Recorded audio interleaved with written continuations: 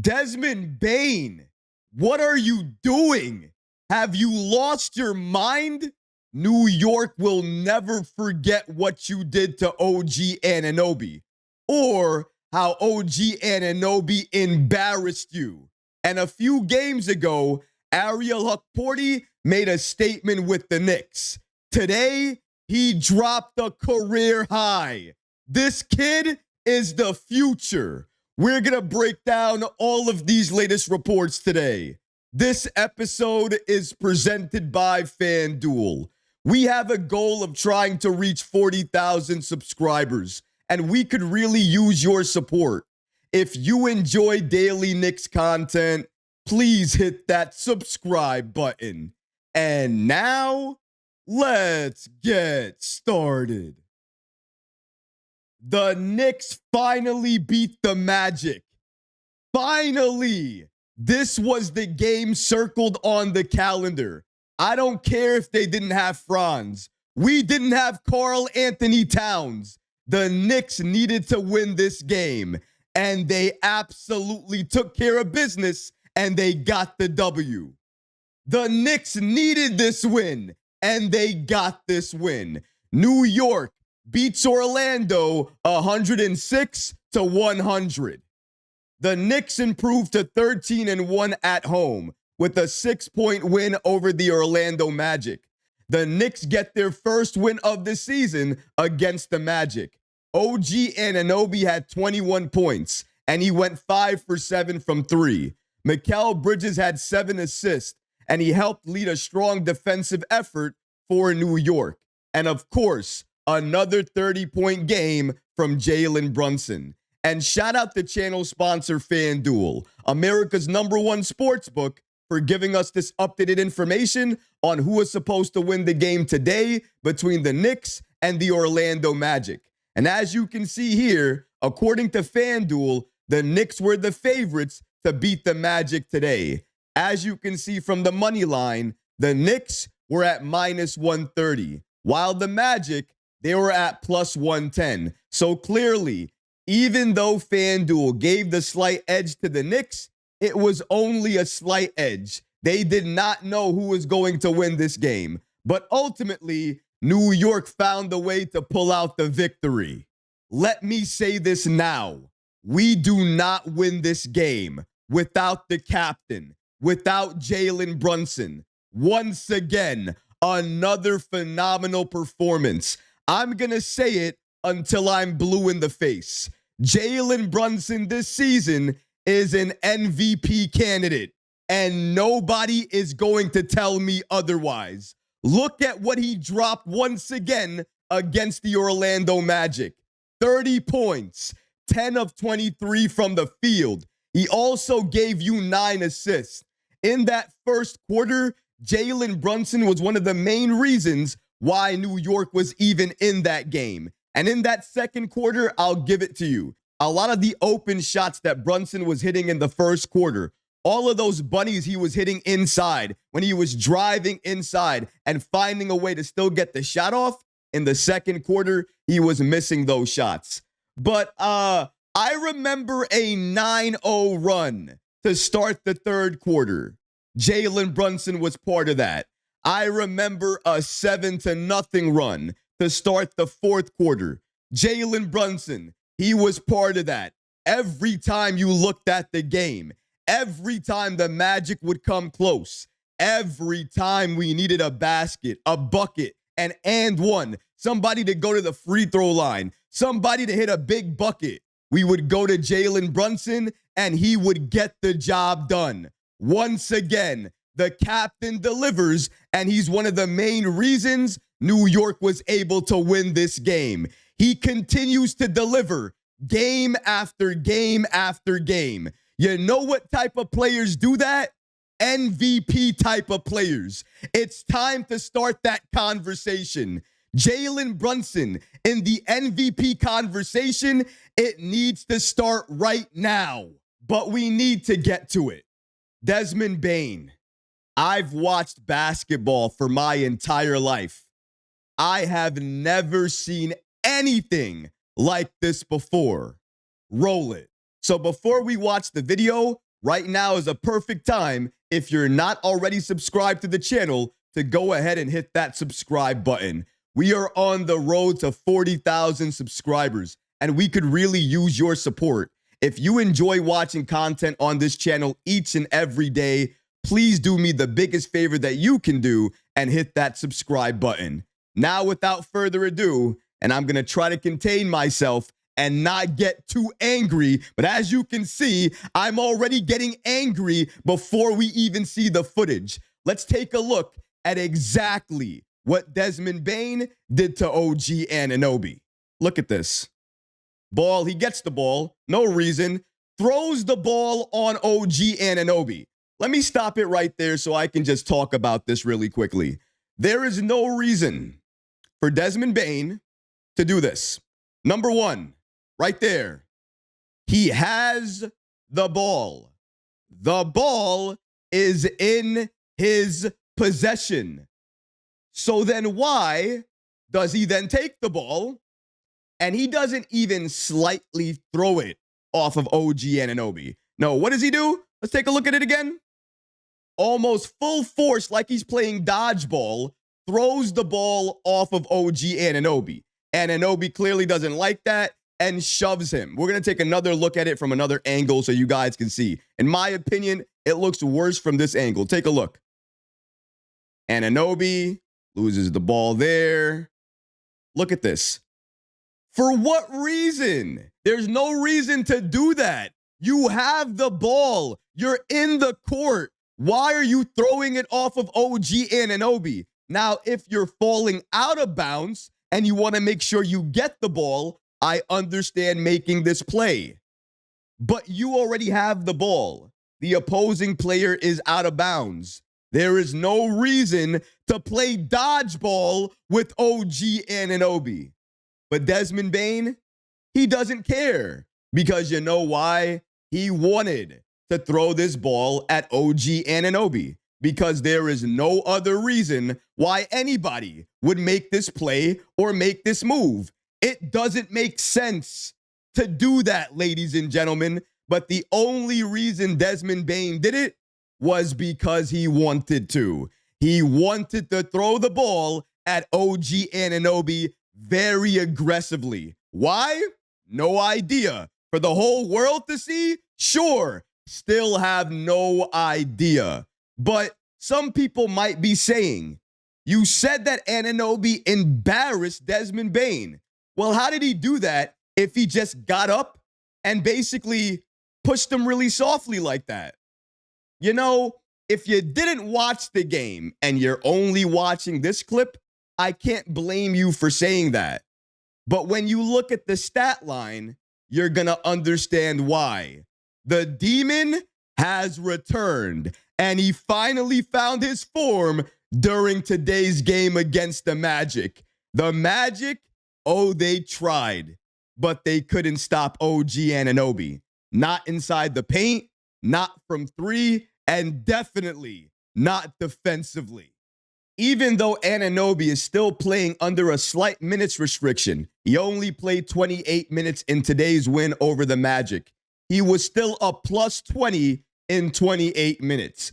He gave you 21 points efficiently, effectively, 8 of 14 from the field, 5 of 7 from 3, including at one point back-to-back threes, 7 rebounds, 3 steals, and of course, one of my favorite stats, 0 turnovers. Exactly what you want to see. You want to know how OG Anunoby embarrassed Desmond Bane? It was through his play because of what he did on the basketball court. Even after that play, OG Anunoby continued to be impactful, continued to hit threes, continued to play aggressive defense. And he was one of the main reasons why New York beat the Orlando Magic. We need that physicality. We need that level of defense. We need his offense, not only from 3, but also what he was doing inside, driving inside, being aggressive inside. This version of OG Anunoby is the Anunoby that New York has been missing for so many games. All of these games that he's been out for. Every time people want to talk to me and tell me, you know what, recap? Maybe we don't need OG Anunoby. Maybe the defense, Mikal Bridges, is all we need. And then you see games like this. You see OG Anunoby diving to the floor, getting those steals, and passing the ball up court for an easy bucket for New York. Sometimes we take Anunoby for granted. We take his defense, his offense, the way he's shooting the three ball this season, how easily he is driving inside, his patience to wait for the contact and then make the basket, and then what he's doing defensively, not only getting stops, not only blocking shots, but he's absorbing these steals, and then he's passing it up court very easily, efficiently, and helping the Knicks get an easy basket. And today even, inside, easy passes, easy buckets to Mitchell Robinson or to Jordan Clarkson or whoever else is inside. Anunoby last year, he was playing at this level. This year, he's elevating his game. He's becoming an even better playmaker, an even better rebounder, and this season, an even more efficient scorer. OG Anunoby has arrived. He is doing what we need him to do, and he is playing some of the best basketball we have ever seen. You want to talk about impacting the game. You want to talk about having a career game. You want to talk about maximizing your minutes. And oh, by the way, this is why I have been screaming, which I feel like I have been doing for months, to play your young players, to play your draft picks. Because when you do that and you give them time and you allow them to play through their mistakes and actually develop, you know what you're going to get? You know what you're going to find? That you actually have a very good player on your hands. And Ariel Hukporti, he proved that today with the career game against the Orlando Magic. Now, why am I saying it was a career game? Because those 7 rebounds, even though it's only 7 rebounds, it's a career high for Ariel Hukporti. He dropped 7 rebounds. He was able to grab 7 rebounds for the Knicks in this win. 2 of them were offensive rebounds. He also gave you 6 points, 2 assists, 1 steal, and 3 blocks. 3 blocks. Hukporti was on his defensive-minded stuff during this game, and it absolutely showed. And according to Mike Breen, somebody I have immense respect for, he stated the following, and I agree with him. Hukporti had his best game as a Knick against the Magic today. And even more than that, according to head coach Mike Brown, he won once again Defensive Player of the Game, and he absolutely deserved it. Here's what Mike Brown had to say about Hukporti's performance. According to Brown, our Defensive Player of the Game, an honorable mention goes to OG Anunoby, but our Defensive Player of the Game was Ariel Hukporti. Really, really good with verticalities. 4 50-50 balls. Play in transition, where he showed one of his superpowers, speed. And I know exactly what he's talking about. He's talking about this exact play where he raced down for a block when he was not even in the play. He completely came out of nowhere and helped New York recover by getting that block. Ariel Hukporti, for me, during this game, has shown a ton of defensive upside, a ton of defensive improvement. We always knew he was good on defense, but during the game against the Magic, the way he played Banchero, the defense he played on him, especially inside the paint, when he was driving inside without Mitchell Robinson on the floor, absolutely elite. This is why you play your draft picks. This is why you develop your players. Hukporti made a statement to the Knicks, made a statement to Mike Brown. He had a career-high 7 rebounds. He was playing amazing defense, blocking shots, great rebounds, especially on the offensive side of the ball. Even though there were sometimes, some plays, he did get beat. He wasn't playing great basketball. He still was able to recover and play the best game of his entire Knicks career. And I want to say one thing, because I called him out on this a few games ago. And now I don't need to, because it's actually gotten better. The way he was setting screens before, it wasn't great. He was always moving on them.